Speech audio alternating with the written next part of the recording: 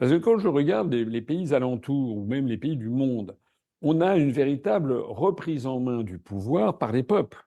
Il suffit, le premier exemple a été quand même le vote du Brexit par les Britanniques. Tout avait été fait pour les dissuader de voter pour la sortie de l'Union européenne. Ils l'ont fait.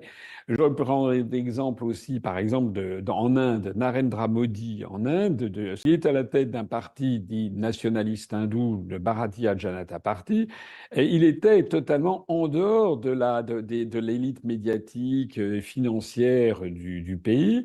Et il était à peu près interdit d'antenne dans tous les grands médias du pays en Inde. Les Indiens ont voté massivement pour lui parce que les Indiens se sont rebellés contre la mainmise médiatique. Là, c'est pareil avec Trump. Trump était à l'évidence l'ennemi à abattre par tous les grands médias du pays, mais aussi tous les médias occidentaux. Mais le parti pris absolument extraordinaire qui était anti-Trump, etc., les Américains ont dit zut au système.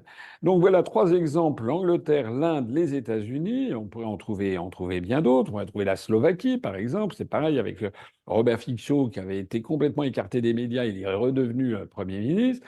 On a l'impression donc qu'il y a toute une série de pays où les peuples ont compris que les grands médias détenus par les milliardaires ou par l'État sont leurs ennemis, et donc il faut qu'ils se détournent de ça et qu'ils votent justement pour ceux que les médias attaquent.